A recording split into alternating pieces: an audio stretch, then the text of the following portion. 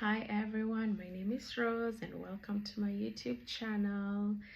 So today I'd like to talk to you about envy, topic of envy, which is commonly spoken about in our current times and even from the ancient times. It's just been something that's there, and we're always talking about our friends who are envious and how to avoid people who are envious. Something that I feel that we don't talk about enough is how much being afraid of envy from people can limit us and stop us from living our truth and living our full potential. So today I'd just like to give you some tips on how to go about that. How can you live your life regardless of people being envious, and being aware that even if there are people hating or people not wanting you to do well, how can you still live your full life even with that? So the first step is to be sure of yourself and be sure of who you are. So whatever it is that you're choosing to do and wanting to do, whatever choices that you're making, be sure of that. Let the reasons why you're doing something come from within you. If you're wanting to start something new, start it because, oh, I'm curious, I would like to learn more about this, I would like to help people do this, I would like to, what is the intention of what you're doing? Now, if you're sure, if it's something that is a deep desire of yours and you're sure about it and it's something that's helpful and it's good for you, then you need to be firm in that.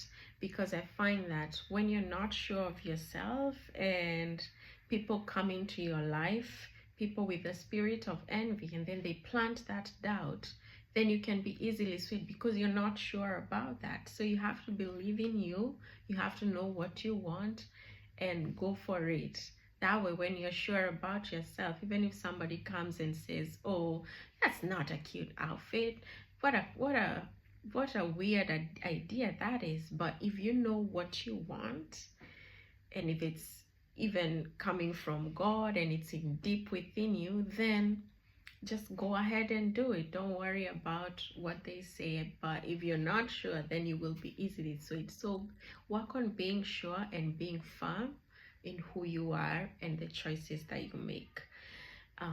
The second thing is to not tell your plans. Don't go announcing your plans to everybody on what you plan to do, because some people actually don't have the mindset that you do, and they feel afraid. They feel, ooh, she is about to do things, or he's about to do things, and I feel worried and I haven't done much in my life. I'm going to stop that. So I'll tell her, or I'll tell him, yeah, don't do that, so and so tried that, they failed. So when you go announcing it to everybody, people will plant doubt in you, they will discourage you. Think about the story of Joseph in the Bible.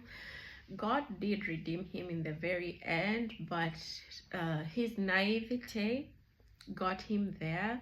You go announcing to everybody how great you will become and all the great things that you will do. You've got to think about the people that you're telling. Are they there where you want to go? And are they people who seem like they're actually working to go to where you want to go? Because then they don't qualify to be people that you should be telling your plans, because they will discourage you, they will plot against you. So do not tell your plans. Work in silence, let the results speak for themselves.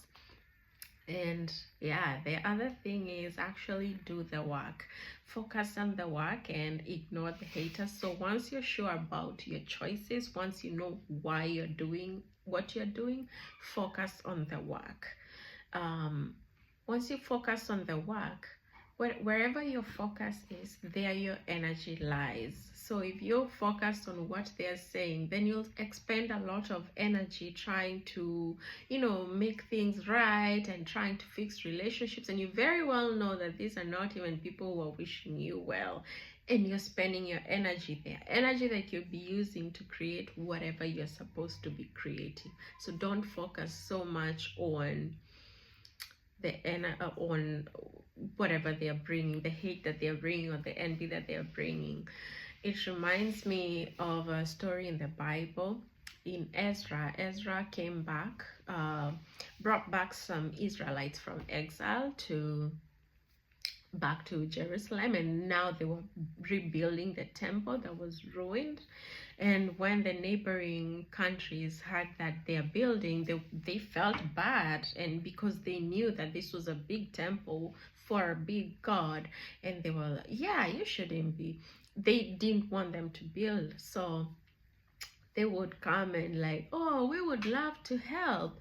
But Ezra knew, with discernment, knew that really they're not really trying to help. We know that they're trying to, just scheme around and trying to bring us down and know what we're doing. So, and he ignored, and they still went on doing that. And the enemies, I forget the names, I should go and check, and you should go and read that too. They went and wrote to King Darius and telling him that, oh, they are building this temple, and they'll stop paying taxes to you, and you will have no more income.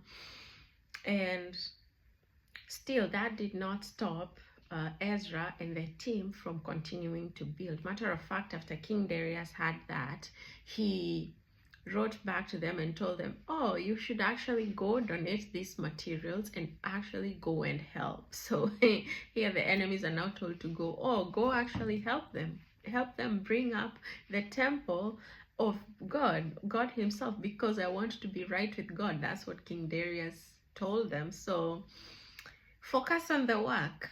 They will even come around that work and contribute, even though they were hating in the beginning. So you do the work, don't be discouraged.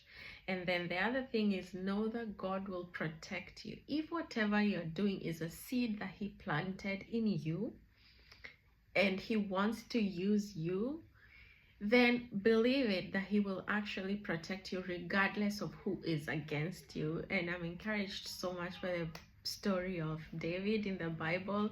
I remember David being worried about King Saul. Imagine King Saul, a whole king, being shaken up by a little boy, and he was always trying to kill him because he knew where King David was headed. And many occasions he tried to kill him, I believe 3 or more than 3, throwing him the spear that missed him. And when David ran away in the woods over there in the mountains, Saul was sending people to go find David and kill him. And the Spirit of God was there and was protecting David, because David had a mission, and the mission was not completed. So there's no way anything would happen until whatever God wanted to happen happened. So Saul sent people to kill him. And one time they went and they found David praising God, and they were singing and dancing. The people forgot what they were sent to do. They started dancing. And Saul sent a second lot of people to go kill him. They went and danced. And he was angry. He was like, why am I sending people to kill David and they're not? And he himself went with a troop. And they also just started dancing and praising the Lord. We don't know what happened, but God will protect you in ways that you will not even imagine. And so don't be afraid. If David was afraid of what Saul would do, he wouldn't go for Goliath. He would not play the harp or create music or fight through the enemies. It said that he killed thousands. He was a mighty warrior.